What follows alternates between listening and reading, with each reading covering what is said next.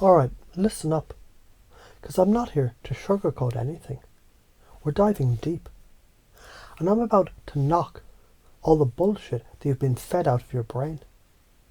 ADHD is not a disorder, and it's certainly not some deficiency in attention. It's a mismanagement of it. Your brain is a Ferrari, but the roads you're driving on muddy, and you're trying to race on that, so let's fix it. ADHD is like having a Ferrari engine under the hood, but the road you're driving on, it's a muddy mess. You've got the power, but you're sliding all over the place, because you're trying to follow the rules of some old sedan driver who doesn't get that you've got different gears. Your attention isn't the problem. It's about focus control. When you're on something you love, whether it's a hobby, project, a video game, you can hit 100 miles an hour and go hours without even realizing it. But if the task doesn't catch your attention, poof, you're gone, off to the next thing. Not a lack of attention, just bad management. So let's break it down. Hyperfocus. You're a lion, locked in on a rabbit, ignoring everything else. Nothing gets through. Switching off.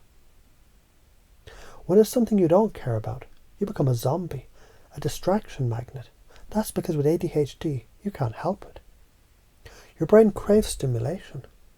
It's like a hummingbird that can't sit still, because it's always looking for the next flower to land on.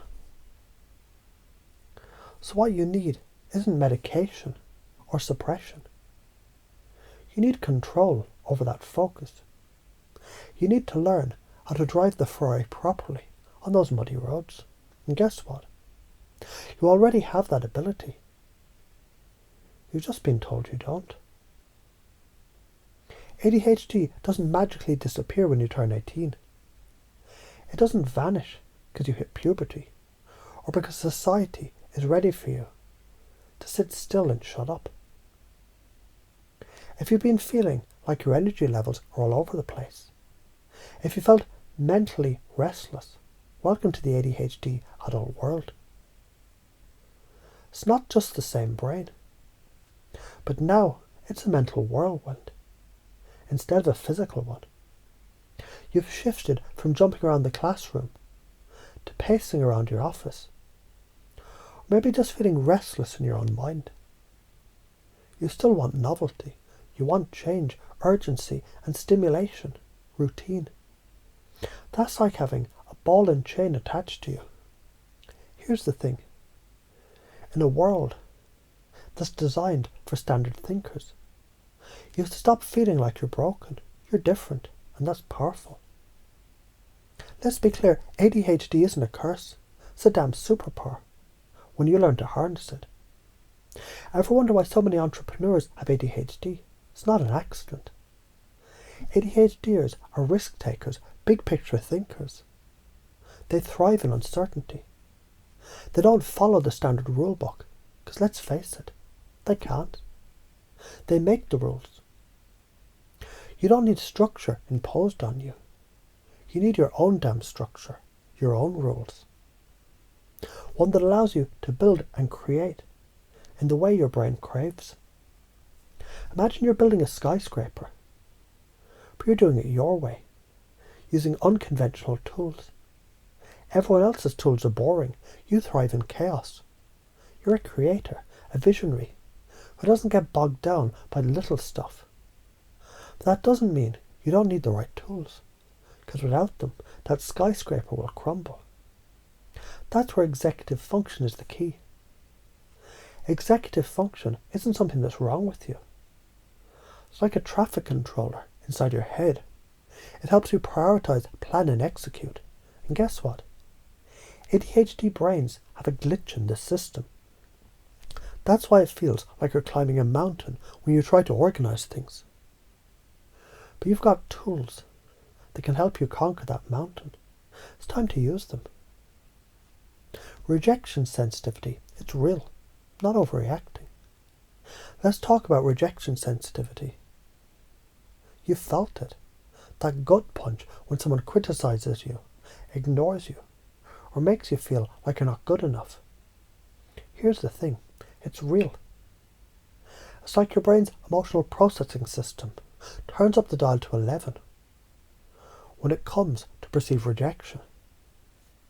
It's not that you're overreacting or being too sensitive. It's that your brain processes emotional pain differently. When you feel rejected, you don't just get disappointed. You feel like you've been hit by a truck. This doesn't make you weak. It makes you more empathic, more in tune with others' feelings. This too can be your superpower if you learn to manage it. But here's the tricky part. When you don't manage your rejection sensitivity, it can derail you. You might retreat, feel inadequate, or even spiral into self-doubt. But if you get to the root of it, you can transcend it. Movement is focus, your inner regulator. Stop trying to stay still. Movement is focus. You know how when you're trying to concentrate, but you've got the urge to move your legs, shift in your chair, or tap your foot. That's your brain's way of self-regulating. You're not being distracted, you're regulating. If someone told you to keep still, to be quiet, to not be so big, they're essentially telling you to shut down your natural way of staying focused. It's like a car trying to run with the engine on idle. It doesn't work. When your brain is firing off like a rocket, you've got to move. Pacing, fidgeting, walking. They're not distractions, they're tools. Exercise, especially cardio, boosts your mood and helps you focus. Want to be productive, get your blood pumping. Want to crush your goals, pace around the room while you work. Your brain needs that physical movement to help get it back into gear. This isn't an obstacle. It's a built-in tool that most people don't even realize. Structure is freedom, finding your flow. Here's the paradox. Structure is freedom. It's like having a river without a riverbed. The water floods everywhere. With a riverbed, it flows. The same applies to your brain. You need some kind of structure to help channel your energy. Lists, routines, visual reminders. These are your riverbanks. They help your thoughts flow without flooding you. So make them on your own terms. Think about it, a timer, a chunked down to-do list, visual cues. These aren't chains, they're tools that free you up so you can create. Don't fight it. Embrace the tools. They're there to help you, not bind you. The future. Don't let this pass you by. If you don't step into this, if you keep fighting the way that your brain is wired, you're going to stay stuck. You're going to stay in that place where everything feels harder than it should. But if you harness your ADHD, if you use it as a strength, you can propel yourself forward with velocity. You're at the precipice of something big. It's all about harnessing your brain's natural wiring. Understand it, use it. Don't let anyone tell you to shrink. Don't let anyone tell you you're wrong for being yourself. You're not broken. You're a goddamn powerhouse. Now go make shit happen.